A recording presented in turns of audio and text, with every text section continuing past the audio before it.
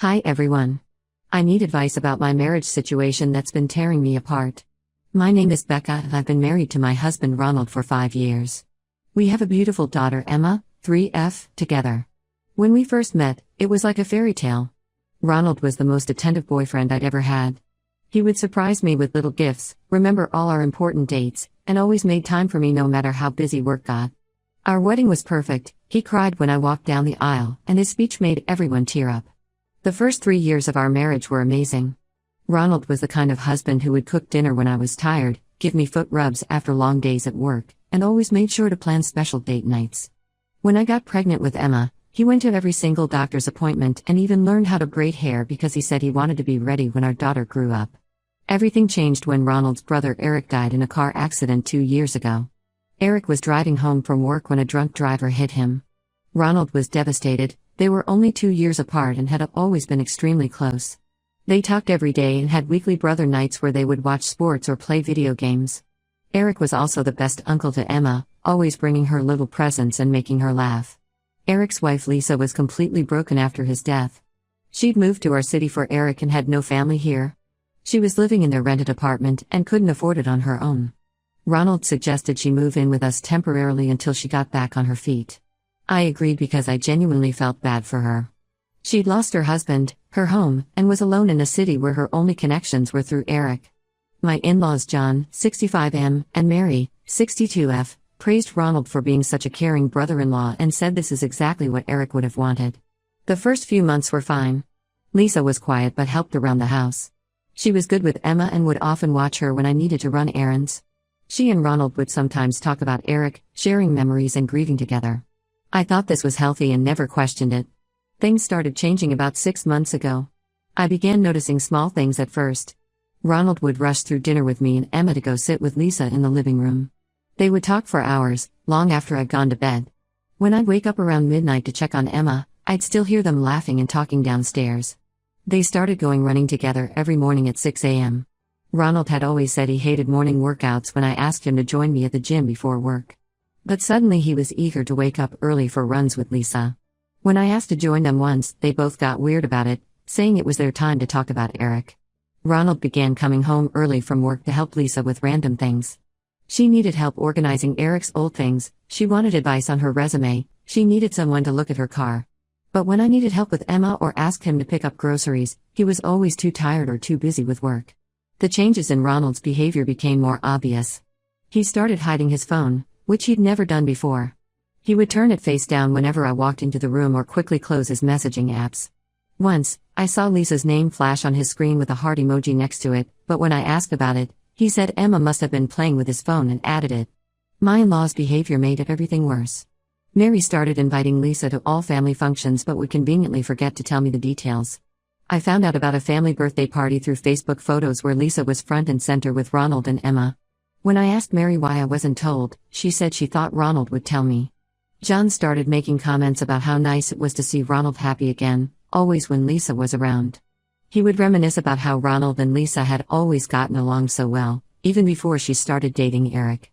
Mary would join in, talking about how Lisa just fit so naturally into the family. Last month, we had a Sunday dinner at our house.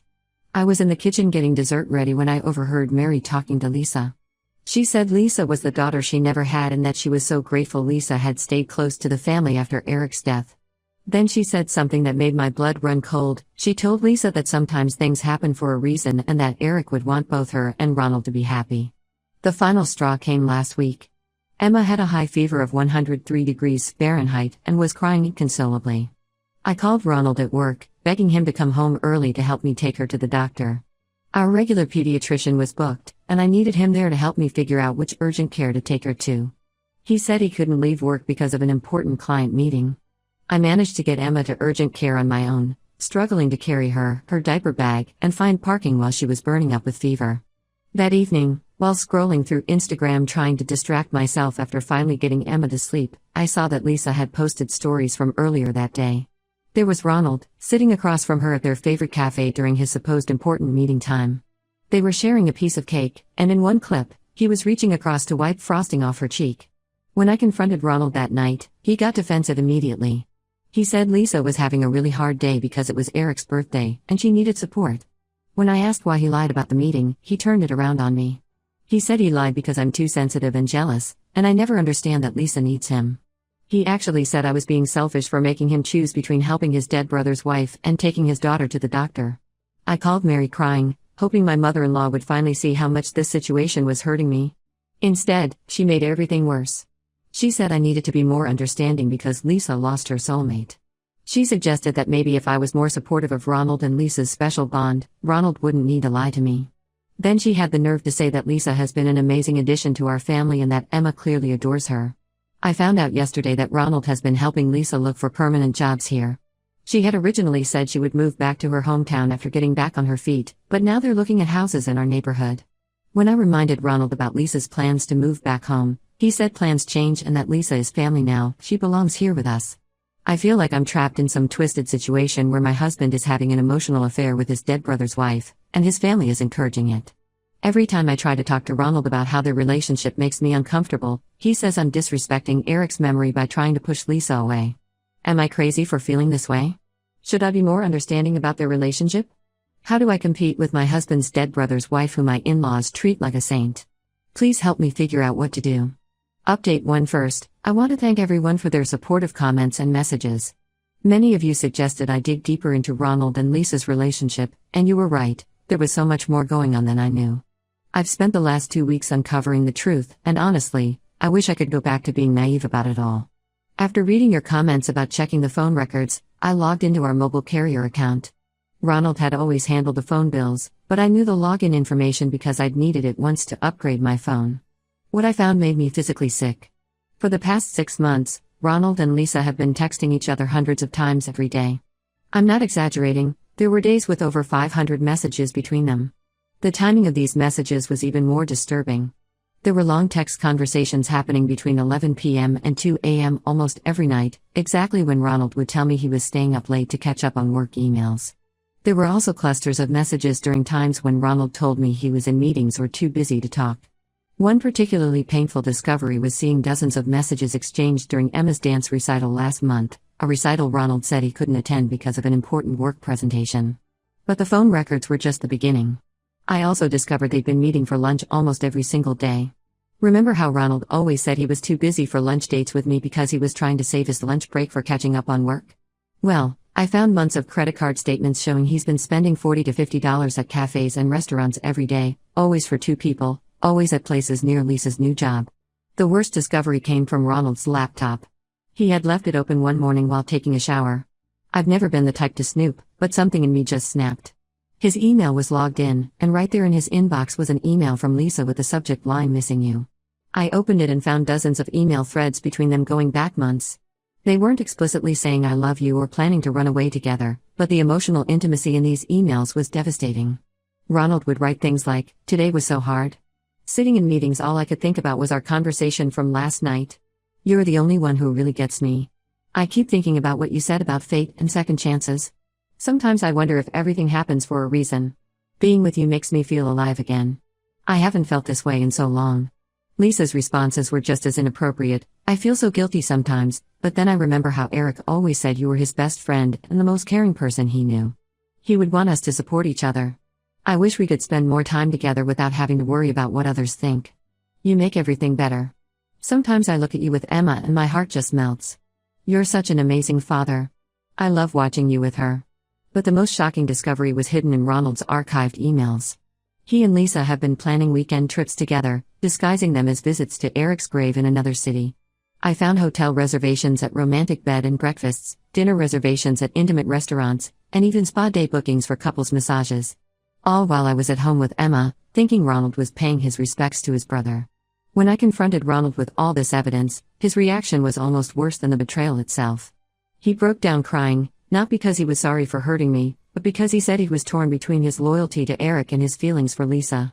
He admitted to having strong feelings for her but swore nothing physical had happened yet, as if the yet wasn't a knife to my heart. Then he had the audacity to suggest marriage counseling. He said we could work through this if I was just willing to be more understanding of his and Lisa's special bond. He actually said Eric would want all of us to be happy, and right now, this situation is making everyone miserable. As if my pain at discovering my husband's emotional affair was the real problem here. I called Mary, thinking surely now she would see how inappropriate this all was. Her response left me speechless. She suggested that maybe this was fate's way of keeping Eric's memory alive through Ronald and Lisa's connection. She said sometimes love works in mysterious ways and that if I truly loved Ronald, I should consider stepping aside for everyone's happiness. My own mother-in-law basically told me to accept my husband falling in love with his dead brother's wife. When I told John about everything I'd found, he accused me of invading Ronald's privacy and trying to create drama in the family. He said Ronald and Lisa's relationship was pure and born from shared grief, and that I was trying to make something beautiful into something ugly. He actually suggested I should be grateful that Lisa was helping Ronald become a better man. I couldn't stay in that house another night. I packed some essentials for Emma and me and went to my sister's place. Ronald has been calling and texting constantly, alternating between apologizing and making me feel guilty. One message he'll say he's sorry for hurting me, the next he'll accuse me of abandoning our family and traumatizing Emma by taking her away from her home. Lisa had the nerve to send me a long message about how she never meant for any of this to happen. She said she still considers me family and hopes we can all find a way to coexist peacefully. She even suggested we meet for coffee to talk about how to make this situation work for everyone. The delusion is astounding. My in-laws are now telling everyone who will listen that I'm breaking up the family because of my insecurities. They're painting Lisa as this poor grieving widow who found a beautiful connection with her late husband's brother, and me as the jealous wife who's too selfish to let them heal together. I've contacted a divorce lawyer to discuss my options. I don't see how I can stay in this marriage when my husband has basically admitted to falling in love with his sister-in-law and his entire family thinks I should step aside and let it happen. The lawyer advised me to gather all the evidence I found and document everything. She said Ronald's behavior and his family's support of it will be important for the custody arrangements. Right now, I'm just trying to keep it together for Emma. She keeps asking when we're going home and why Daddy and Aunt Lisa aren't here. How do you explain something like this to a 3-year-old? The next steps are terrifying, but I know I can't go back to that house and pretend everything is normal while my husband falls in love with someone else right in front of me. Update 2. I want to thank everyone for their support on my last update. Things have gotten so much worse, and I'm still trying to process everything I've discovered. Just when I thought I knew the full extent of Ronald and Lisa's betrayal, more secrets came to light. My lawyer helped me get access to Ronald's complete financial records as part of the divorce proceedings. What we found was absolutely shocking. Ronald had opened a separate bank account 6 months ago that I knew nothing about. He had been transferring money from our joint savings, money we were supposedly saving for Emma's college fund, into the secret account. The spending from this account was outrageous. In just 6 months, Ronald spent over $15,000 on Lisa. There were charges for expensive jewelry, including a $3,000 necklace bought the day before my birthday. I got a $50 gift card to Target. He paid for weekly spa treatments, shopping sprees at high-end stores, and even a weekend trip to a luxury resort that cost more than our family vacation last year. But it gets worse. Ronald had been paying Lisa's credit card bills, not just helping her out occasionally, but paying them in full every month. When my lawyer questioned this, we discovered that Lisa had actually quit her job 3 months ago. Ronald had been secretly supporting her completely, using our family's money. No wonder he kept telling me we needed to cut back on Emma's activities and saying we couldn't afford to send her to the better preschool I wanted. The most devastating revelation came from Emma's daycare teacher, Ms. Johnson. She pulled me aside during pickup and seemed really uncomfortable. She told me she had been meaning to talk to me about something strange that had been happening. Apparently, Lisa had been picking up Emma regularly, at least twice a week. This was news to me. I thought Emma was with Ronald during those times. But here's the truly horrifying part. Lisa had been telling the daycare staff that she was Emma's mother. When they questioned this because they knew me, Ronald had actually gone to the daycare and updated Emma's emergency contact forms. He removed my information entirely and listed Lisa as Emma's mother. Ms. Johnson showed me the forms. He had even used Lisa's maiden name to make it less obvious what he'd done. Ms. Johnson also mentioned that Lisa would bring Emma special treats and tell her stories about how they were going to live together soon and be a real family. She had been slowly manipulating my daughter, preparing her for some sort of transition I knew nothing about. I was still reeling from these discoveries when my realtor friend called me. She had seen Ronald and Lisa at an open house in her neighborhood and thought I should know. When I pressed for more information, she revealed they had already put a $20,000 deposit down on a 4-bedroom house across town. The deposit came from our joint savings account, money we had been saving for years. I confronted Ronald about everything, and his response was unbelievable. Instead of denying it or apologizing, he finally admitted that he and Lisa had been planning their future together for months. He said they were going to tell me after Lisa moved out, claiming they were trying to spare my feelings by waiting. He actually tried to justify removing me as Emma's emergency contact by saying Lisa needed to be able to pick her up for their family bonding time. Then came the most painful revelation of all. I discovered that my in-laws hadn't just been supporting Ronald and Lisa's relationship, they had been actively helping them plan their new life together. Mary had gone house hunting with them multiple times, helping them choose their perfect family home while still telling me I was overreacting to their relationship. John had been advising Ronald on how to move money around without me noticing, and had even helped set up the secret bank account. I found emails between Mary and Lisa discussing furniture for the new house and planning Emma's new bedroom. They were picking out decorations and discussing how to make the transition easier for Emma, all while I was still trying to save my marriage. There were even messages about Lisa wanting to legally change her last name to match Ronald's, with Mary enthusiastically supporting the idea. I filed for divorce and am seeking full custody of Emma. Ronald is trying to paint me as an unstable mother, using the fact that I took Emma to my sister's house as evidence that I'm unpredictable and prone to rash decisions. Lisa has started telling people that she'll be a better mother to Emma because she's more emotionally stable and can provide a complete family unit. My lawyer says Ronald's deception about the emergency contacts and his financial infidelity will work in my favor for the custody battle. She's particularly concerned about how they've been manipulating Emma and preparing her for a new family dynamic without my knowledge or consent. I'm documenting everything now, every text, every email, every bank statement. I've started recording all my interactions with Ronald and Lisa because they keep trying to twist my words and make me seem irrational. I never thought I'd be in this position, fighting to keep my own daughter from being turned against me by my husband and his dead brother's wife. Update 3. Hi everyone. First, thank you all for your incredible support throughout this nightmare. I wanted to give you a final update on everything that's happened. The divorce is moving forward, and things are looking positive for me legally. My lawyer says we have a strong case for full custody given all the evidence of Ronald's deception and manipulation. The judge was particularly concerned about Ronald removing me as Emma's emergency contact and allowing Lisa to impersonate me at the daycare. We also found more evidence that Ronald and Lisa had been planning this for almost a year, including emails where they discussed their future together while I was still trying to fix our marriage. Ronald and Lisa moved into their new house last month, the one they bought with our savings. They're playing happy families now, posting pictures all over social media about their new beginning and second chances at love. Lisa even had the nerve to write a long Facebook post about how sometimes life gives you unexpected gifts and how grateful she is for her new family. She actually used the hashtag blessed. The custody battle has gotten ugly. Ronald is pushing for 50-50 custody, claiming Emma needs both parents and a mother figure in her life. Yes, he actually suggested Lisa could be Emma's mother figure, completely ignoring the fact that I am her mother. They've even started having Emma call Lisa Mommy Lisa during visitation time, which my lawyer says is a form of parental alienation. My in-laws have gotten worse, if that's possible. They're fully supporting Ronald and Lisa's new relationship, telling everyone it's a beautiful story of finding love after tragedy. Mary hosts weekly family dinners at their house during Ronald's visitation time with Emma, making sure Lisa is treated like the new matriarch of the family. She's even started referring to Lisa as her daughter in social media posts, completely erasing my existence. John recently sent me a lengthy email suggesting that for Emma's sake, I should accept this new family dynamic. He said that children adapt better when both parents can be civil, and that I should consider allowing Lisa to be part of Emma's life as a second mother. He actually wrote that having more people to love Emma could only be a good thing. I didn't respond.